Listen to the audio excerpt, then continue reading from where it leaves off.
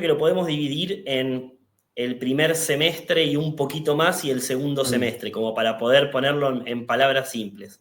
La llegada de Javier Milei, bueno, es totalmente disruptiva por sus formas, por la forma de entender y llevar adelante la política, la forma de manejarse y demás, y lo vamos a dejar ahí. La llegada de Javier Milei, la primera medida que toma es la devaluación de más de un 100%, necesaria, cierta, era irreal un tipo de cambio cerca de los 400 pesos, cuando el mercado se manejaba por un dólar financiero muy, muy diferente, ¿sí? Yo trabajo en el sector pesquero en Mar del Plata, y las facturas en moneda extranjera, ninguna venía al tipo de cambio oficial, ya ese dólar había pasado a ser totalmente artificial, y creo que sincera el tipo de cambio, asumiendo un costo político muy grande, que es la disparada de la inflación, ¿sí? Sobre todo en los primeros meses del año, donde muy hábilmente traslada esa responsabilidad a, bueno, todo lo que no se hizo, ¿sí? Y por otro lado, genera una contracción de la economía muy grande, porque en paralelo venía la famosa motosierra, donde se venían recortando cuestiones de la política, cargos y demás, que podemos decir si están bien o están mal, y creo que es otra discusión. Lo cierto es que eso, sumado a las expectativas de que la inflación iba a crecer mucho y el salario real de los argentinos no iba a ir de la mano, ¿sí? Bueno, eso generó una expectativa bastante recesiva, pero en el mercado externo lo que generó fue un desarrollo de las exportaciones y la posibilidad de acumulación de reservas muy grande. Entonces, en el primer semestre podríamos definirlo como acumulación de reservas a un costo de ¿qué? Bueno, de una actividad muy deprimida, de una pobreza creciendo, un desempleo en crecimiento y todas las actividades económicas del país cayendo. ¿Bien? En paralelo, ese impulso de capacidad de captar reservas a través de un tipo de cambio 100% más caro, le dio un poco de aire a aquellas empresas que ya no podían seguir exportando a un dólar de 400 pesos. Claro.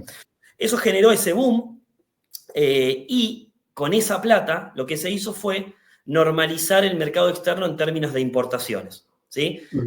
Llegaron dólares, bueno, sacamos las famosas CIRAs, ¿sí? Yo trabajo en comercio exterior también, y era la imposibilidad de poder traer una importación. Vos tenías que traer una tuerca para arreglar tu maquinaria para producir en Mar del Plata pescado y no podías traer esa tuerca, ¿sí? Porque no había dólares. O, ¿cómo lo conseguías? Bueno, tenías que ir a la Secretaría de Comercio, llevar un sobre y que te liberen. ¿Bien? Exacto.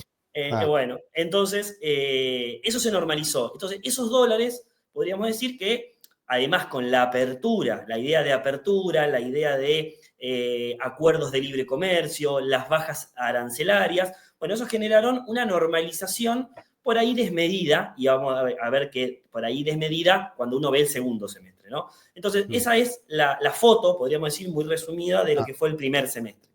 Un segundo semestre donde el gobierno entiende que la normalización por ahí ya se está llevando adelante, empezás a pagar importaciones 30, 60, 90, ¿sí? Para empezar a desregular y empezar a pagar después a 60, después a 30 y después en efectivo, ¿sí? Que es algo muy importante. ¿Por qué? Porque vos necesitas dólares. Vos sabés que cuando vos normalizás 30, 60, 90, decís, che, tengo esta deuda que Fabricio, ¿qué importa? Le debe a un proveedor en China. Bueno, la vamos a pagar en 4 cuotas, ahora la vamos a pagar en 3, ahora la vamos a pagar en 2. ¿Sí? Fabricio sigue trayendo porque cada vez puede traer más incluso, y eso generó un problema. Pero ahí que apareció el blanqueo. El blanqueo fue la segunda gran corriente de dólares hacia el Banco Central. Bien, con algo positivo que no había pasado nunca, que los dólares quedaron depositados en el mercado, ¿sí? En el sistema bancario. Eso no había pasado.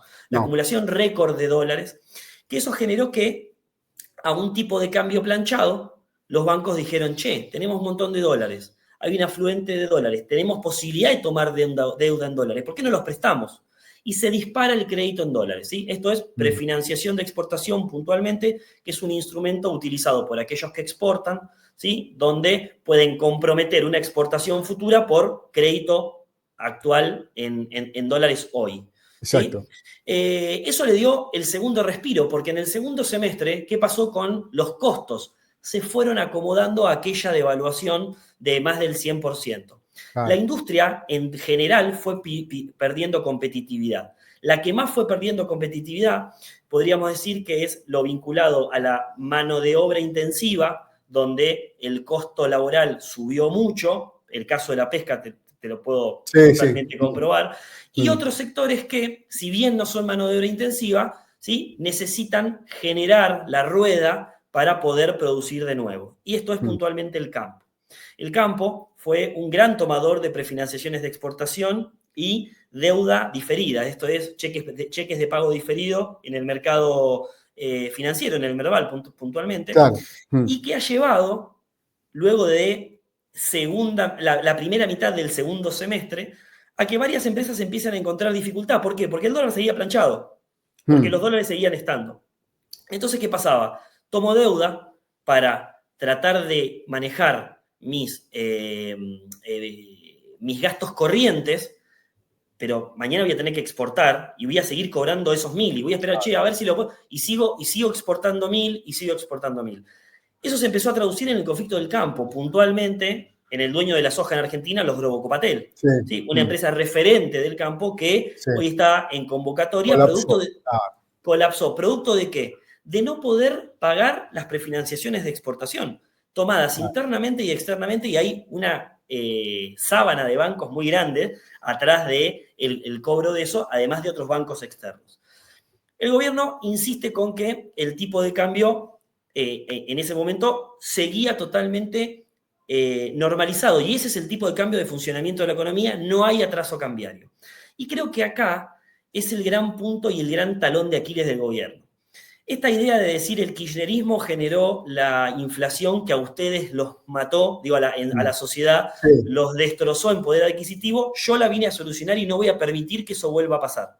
Para eso vos necesitás mantener la brecha totalmente junta, ¿sí? ¿Y eso cómo lo haces? Exacto. Bueno, primero, con esos 18.000 millones de dólares que llegaron producto de la primera devaluación. Segundo, con este blanqueo que me permite poder intervenir. Tercero, un repo, que bueno, lo tenía a mano, acordé con los bancos, un montito que no es insignificante, 1.000 millones de dólares, cuando uno ve que en los últimos 3 días, no, es un montón de plata, quiero decir, en términos de intervención después, ¿no? Porque después 1.000 millones de dólares se fueron en 3 días. Rapidísimo. Y eso ha generado que el gobierno tenga que salir a asumir que el tipo de cambio es el correcto. ¿Por qué? Porque si el gobierno dice, incluso baja el crawl, el crawl del 2 al 1, ¿y qué hace? Sube la tasa de interés, asegurando el carry trade. ¿Qué hace? Y es cierto lo que dice Caputo, no va a haber pesos para poder hacerme una corrida. ¿Por qué? Porque subo la tasa, los pesos están jugando al carry ahí, ¿sí? Y después yo voy a seguir manteniendo este tipo de cambio acá. Porque si lo empiezo a mover, y lo voy a seguir subiendo al 1, ¿sí? Nada más. Porque si yo lo subo más rápido, ¿qué me pasa? Se me acelera la inflación automáticamente. El 80% de lo que nosotros vemos arriba de una mesa está producido con insumos externos. Yo no puedo permitir que a mí la brecha se me dispare, ¿sí? Porque eso además genera expectativa, y es algo que vos mencionabas recién al comienzo, que ahora lo voy a tocar y lo voy a pasar un poquito por arriba. Entonces el gobierno quedó preso de tener que tener ese tipo de cambio muy deprimido, a costa de los Grobocapatel que cobran, la pesquera donde trabajo yo, donde no les es rentable exportar, pero es más caro financiarse, entonces tiene que exportar a pérdida.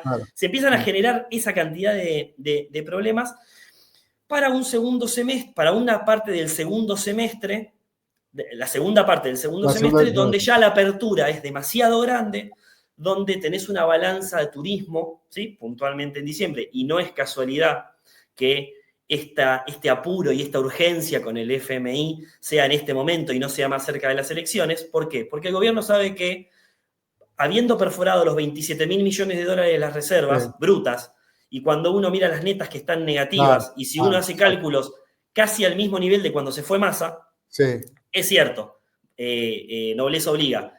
pagaste las importaciones que tenías totalmente canceladas, ¿sí? Las podrías haber no pagado y haberle echado la culpa al gobierno anterior. Pero se pagaron, pero ahora llegás a un contexto donde vos seguís diciendo que el tipo de cambio está bien, porque si vos devaluarías, o devaluarías de mejor manera, tendrías un ingreso de dólares que te ayudaría a compensar. Sí, Hoy por hoy eso no sucede, la cosecha gruesa ya pasó, y los dólares que están entrando y los que te están salvando son los de vaca muerta, ¿sí? Que son los dólares que entran después del invierno. O sea, la cosecha gruesa hasta el invierno, después del invierno después entra lo viene, de vaca muerta. exacto. Entonces lograste compensar, pero esto se da recién este año, no le pasó a Alberto. Le pasa a Javier Milei, dado el gasoducto y dado la política de Estado que ha logrado generar esos dólares, ¿no? Que el gasoducto arranca mucho más atrás de Alberto y es un proyecto que viene de muchos años. Entonces, ¿qué termina sucediendo? Llegamos al final del segundo semestre, ¿sí? Diciembre, con, bueno, ruido, decir, che, ya este tipo de cambio no me sirve, ya nadie puede decir que no hay un atraso cambiario, la actividad sigue cayendo, muy pocas son las actividades que se recuperan, quiebra el campo en general, piden baja de retenciones, vamos a la sociedad rural a decir, quédense tranquilos muchachos que el respiro va a llegar. El crédito en dólares sigue siendo tomado por las industrias y ahí se empieza a trabar, ¿sí? Creo que ahí la nafta al gobierno de este dólar planchado, una inflación corriendo al 2 y reservas que van cayendo, generan un combo problemático. Eso hace que rápidamente nos tengamos que dar vuelta y decir, muchachos, yo quería tomar deuda con el FMI con 300 puntos de riesgo país, dicho por Caputo. No tengo la necesidad de tomar deuda con el FMI, dijo Caputo. El riesgo país está alto todavía, cuando andaba los 400, 500 puntos. Hoy tenemos un riesgo país casi en los y estamos desesperados para que lo cierren. Mandando un DNU al... A ver, Nico, ahí vamos, sí. te hago un paréntesis. Cuando hablamos de riesgo país, ¿cuál es la incidencia en una negociación así en 2 palabras, con el Fondo Monetario Internacional? ¿Cómo actúa el riesgo país en la negociación con el fondo? Es el costo al que vos te vas a financiar. La tasa, cuando vos vas a un banco y decís, che, hola, vengo a pedir un crédito, ¿qué te pide el banco? Te pide tus últimos 3 recibos de sueldo, tu declaración de ingresos, si sos monotributista, la constancia de inscripción, te tiran un reporte de Banco Central y te dicen, no, Fabricio debe tarjeta de crédito de hace un año, no le podemos dar un crédito. Tiene una calificación de riesgo que no es numérica, sino es, podríamos decir, riesgoso, menos riesgoso. Entonces, claro, sí. cada uno bancariamente tiene esa calificación. El riesgo país es eso para los países. Entonces, básicamente, el mundo se financia al 3, al 4, al 5. Quiere decir que tu riesgo país más la tasa de libre riesgo de Estados Unidos suman 3. Vos solamente la tuya de riesgo país suma 7. A esa le tenés que sumar 5, que más o menos es la de libre riesgo de Estados Unidos. Vos estás diciendo que te financiás al 13, al 14. Es un número imposible al cual financiarse. ¿Y cuál financiación? De todos modos, la llegada de un acuerdo, y de eso vamos a ir después, con el Fondo Monetario a una tasa, como se dice, 5,5%, 6%, a ese nivel, hoy todavía sigue siendo un negocio redondo, me parece, ¿no? Para el gobierno. Dadas las necesidades del gobierno, es redondo. A ver, es alto, Caputo, carísimo, pero es... ¿Por qué Caputo dice yo voy a esperar a que esté a 300? Justamente porque 700 es malo. Claro, porque si no lo hubiese tomado a 700. Exacto, entonces, 700 es malo, pero 900.000 o más puede ser peor. Es mucho peor. Claro. Entonces, ¿qué pasa? A principios de 2025, el riesgo país empieza a recalentar, el desarme de la posición en pesos empieza a demandar más dólares, el Banco Central necesita intervenir más, comienza esa caída de reservas que el gobierno no puede contener porque su discurso de apertura no lo puede desmantelar, ¿sí? Entonces tiene que salir a intervenir, ¿sí? Caputo y Milei se encargan de decir quédense tranquilos, acá no va a haber devaluación, acá no va a pasar nada, pero rápidamente se tienen que dar vuelta para ir a tomar un crédito que no querían tomar a 300 para tomarlo en 700, ¿sí? Claro. Cuando hablamos de riesgo país. Sí. Entonces, es el propio Caputo que se encarga de decir, bueno, esta es una situación compleja, ¿sí? O por lo menos amerita que me venga un respiro porque la exportación no viene, a 1000 no viene. Si yo devalúo, se me dispara la inflación. El blanqueo ya pasó, ya no van a entrar más dólares del blanqueo. el campo y vaca muerta tienen un límite, ¿sí? No me Exacto. pueden abastecer y no me pueden abastecer regularmente, Ah, ¿sí? Y además hay cuestiones que no ayudaron, ¿sí? Y acá vamos a lo mediático.